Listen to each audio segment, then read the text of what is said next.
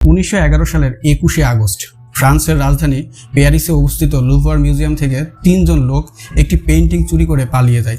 তারা যে পেইন্টিংটি চুরি করেছিল সেটা তুচ্ছ বা সাধারণ কোনো পেইন্টিং ছিল না, সেটা ছিল বিখ্যাত পেইন্টিং মোনালিসার।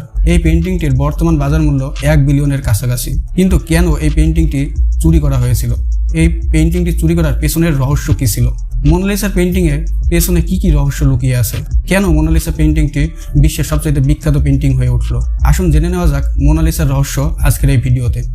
এবং জেনে নেওয়া যাক কিভাবে চুরির মাধ্যমে একটি পেইন্টিং বিশ্বে বিখ্যাত হয়ে উঠল। মোনালিসা পেইন্টিংটির চুরির মাস্টারমাইন্ড ছিলেন ভিনসেনজো পেরুগিয়া। তিনি ইতালিতে বসবাস করেন। সে তার 2 বন্ধু মিলে এই চিত্রকর্মটি চুরি করেছিলেন। তিনি বিশ্বাস করেছিলেন যে এই পেইন্টিংটি ইতালির, ফ্রান্সের নয়। তাই এটি চুরি করার পরে তারা এটি ইতালিতে নিয়ে যায়। এদিকে চুরির খবর ছড়িয়ে পড়লে এটি সারা বিশ্বে শিরোনাম হয়ে ওঠে। কয়েকশো গোয়েন্দাকে কাজে লাগানো হয়েছিল চোর খুঁজতে, কিন্তু কেউ তাকে খুঁজে পায়নি। এদিকে 2 বছর ধরে পেরুগিয়া এই পেইন্টিংটি তার বাড়িতে লুকিয়ে রেখেছিল। অবশেষে তিনি অধৈর্য হয়ে পেইন্টিংটি বিক্রি করার চেষ্টা করেছিল, যার কারণে ভিনসেনজো ধরা পড়েন এবং 6 মাসের কারাদণ্ডে দণ্ডিত হয়। পরবর্তীতে পেইন্টিংটি লুভর মিউজিয়ামে ফেরত পাঠানো হয়।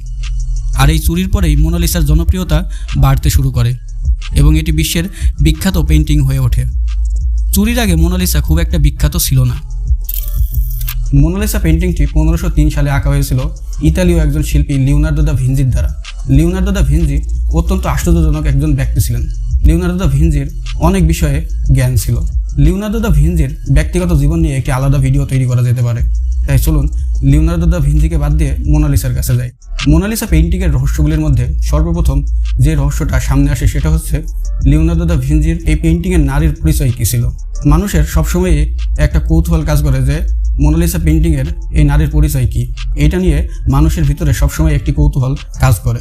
পেইন্টিংয়ের এই নারীর পরিচয় নিয়ে অনেকেই অনেক রকম অভিমত ব্যক্ত করেছেন। কেউ কেউ দাবি করেন পেইন্টিংয়ের এই নারী ছিলেন লিওনার্দো দা ভিঞ্চির মা। আবার কেউ কেউ দাবি করেন লিওনার্দো দা ভিঞ্চির এই পেইন্টিংয়ের নারী ছিলেন ফ্রান্সের একজন অভিজাত রানীর চিত্রকর্ম। আবার কেউ কেউ এক ধাপ এগিয়ে দাবি করেন যে এইটা ছিল লিওনার্দো দা ভিঞ্চির নিজের ছবি। লিওনার্দো দা ভিঞ্চি এই পেইন্টিংয়ে নিজেকে এঁকেছিলেন। পেইন্টিংয়ের এই নারীর পরিচয় সর্বপ্রথম উদ্ঘাটন করেন ইতালীয় একজন শিল্পী জর্জিও ভাসারি। 1550 সালে জর্জিও ভাসারি লিওনার্দো দা ভিঞ্চির আত্মজীবনী লেখেন এবং সেইখানে জর্জিও ভাসারি দাবি করেন যে এই পেইন্টিংয়ের নারী ছিলেন ফ্রান্সেসকো জিওকন্ডো নামের একজন রেশম ব্যবসায়ীর স্ত্রী, যার নাম লিসা।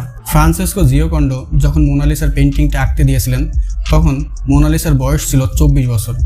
তবে কেন এই পেইন্টিংটি আঁকতে দেওয়া হয়েছিল সেই বিষয়ে 2টি কারণ সামনে আসে। প্রথম কারণটি হচ্ছে 1503 সালে যখন ফ্রান্সেসকো এবং তার স্ত্রী লিসা মিলে তাদের বাড়ি কিনেছিলেন, ধারণা করা হয় যে সেই খুশিতে ফ্রান্সেসকো জিওকন্ডো তার স্ত্রী লিসার পেইন্টিংটি আঁকতে দিয়েছিলেন লিওনার্দো দা ভিঞ্চির কাছে। অপরটি হলো 1502 সালের ডিসেম্বরে যখন লিসার দ্বিতীয় পুত্রের জন্ম হয়, সেই খুশিতে ছবিটি আঁকতে দেওয়া হয়েছিল বলে ধারণা করা হয়। তবে প্রথমটির চাইতে দ্বিতীয় কারণটি বেশি সম্ভাব্য বলে মনে হয়। এর কারণ হচ্ছে দ্বিতীয় পুত্রের জন্মের 3 বছর আগে লিসা তার মেয়েকে হারিয়েছিলেন। আর আপনি যদি এই পেইন্টিংটি ঘনিষ্ঠভাবে দেখেন, আপনি লিসার চুলের উপরে একটি ঘোমটা দেখতে পাবেন। আর এই ঘোমটাকে শোকের পর্দা বলা হয়। ঘোমটাটি তখনই পরা হয় যখন পরিবারের কেউ মারা যায়। তাই এই পেইন্টিংটি আঁকার উদ্দেশ্য হিসেবে দ্বিতীয় কারণটি বেশি প্রাধান্য পায়। এখন এইখানে একটা প্রশ্ন জাগে, সেটা হচ্ছে লিওনার্দো দা ভিঞ্চিও ইতালীয় এবং মোনালিসাও ছিলেন ইতালীয়, তাহলে এই পেইন্টিংটি ফ্রান্সে কেন? এটার উত্তর হচ্ছে 1516 সালে লিওনার্দো দা ভিঞ্চিকে ফ্রান্সের তৎকালীন রাজা অফার করেন ফ্রান্সে বসবাসের জন্য। লিওনার্দো দা ভিঞ্চি সে অফার অ্যাকসেপ্ট করে। 1516 সালের দিকে লিওনার্দো দা ভিঞ্চি ফ্রান্সে চলে আসেন। যখন তিনি ফ্রান্সে আসেন তখনও মোনালিসা পেইন্টিংয়ের কাজ সম্পূর্ণ হয়নি, তাই তিনি এই পেইন্টিংটি সাথে নিয়েই ফ্রান্সে এসেছিলেন। 1519 সালের দিকে লিওনার্দো দা ভিঞ্চি ফ্রান্সের প্যারিসের রাজদরবারে রাজার প্রাসাদে থাকাকালীন মৃত্যুবরণ করেন এবং যখন তিনি মৃত্যুবরণ করেন তখন রাজা লিওনার্দো দা ভিঞ্চির এই পেইন্টিংটি কোষাগারে রেখে দেন। প্রায় 150 বছর পর 1797 সালে যখন ফরাসি বিপ্লব হয়েছিল তখন এই পেইন্টিংটি প্রাসাদ থেকে বের করা হয়েছিল এবং লুভার মিউজিয়ামে হস্তান্তর করা হয়। আর মজার ব্যাপার হচ্ছে লুভার মিউজিয়ামে হস্তান্তরের ফলেই 1911 সালে এই পেন্টিংটি চুরি হয়েছিল। মোনালিসা পেন্টিংটি কাগজ, ক্যানভাস বা কাপড়ে আঁকা হয়নি, যার জন্যে এই পেন্টিংটি এত বছর ধরে অক্ষত রয়েছে। এই পেন্টিংটি পপলার কাঠের উপরে আঁকা হয়েছিল। সেই সময়ে এটি ইতালীয় চিত্রশিল্পীদের প্রিয় কাঠ ছিল। এই পেন্টিংটি খুব বেশি বড় নয়, পেন্টিংটি মাত্র 77 সেন্টিমিটার বাই 53 সেন্টিমিটার। পেন্টিংটি এতটাই হলদেটে যে একসময় এক প্রফেসর লিসাকে উচ্চ কোলেস্টেরলের রোগী বলে ঘোষণা করেছিলেন। এই পেন্টিংয়ে মোনালিসার হাসিটা মনোযোগ দিয়ে দেখলে হাসির দিকে যতই তাকাবেন ততই এই মুখ আরও বেশি হাসবে।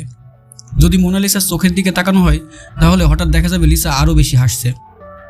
যখন পেন্টিংয়ের হাসির দিকে ফোকাস করা না হয় তখন লিসার মুখ আরও বেশি হাসতে থাকে। এই হাসি নিখুঁত করতে লিওনার্দো দা ভিঞ্চি সবচাইতে বেশি সময় কাটিয়েছেন। মোনালিসা ম্যাডোনা লিসা থেকে প্রাপ্ত। ঐতিহ্যগতভাবে ইতালীয় ভাষায় ম্যাডোনা শব্দটি ম্যাডাম অর্থে ব্যবহৃত হয়, সুতরাং ম্যাডোনা লিসা মানে ম্যাডাম লিসা। ম্যাডোনা শব্দটিকে পরে সংক্ষিপ্ত করে মোনা করা হয়, তাই মোনালিসা মানে হচ্ছে ম্যাডাম লিসা বা লেডি লিসা। ধন্যবাদ সবাইকে ভিডিওটি মনোযোগ সহকারে দেখার জন্য। আশা করি ভিডিওটি আপনার কাছে তথ্যপূর্ণ বলে মনে হয়েছে। এমনই তথ্যপূর্ণ ভিডিও পেতে আমার চ্যানেলটি সাবস্ক্রাইব করে আমার সঙ্গেই থাকুন। দেখা হবে পরবর্তীতে এমনই কোনো তথ্যপূর্ণ ভিডিওতে। ততক্ষণে দোয়া করি সবাই ভালো থাকুন, সুস্থ থাকুন। আল্লাহ হাফেজ।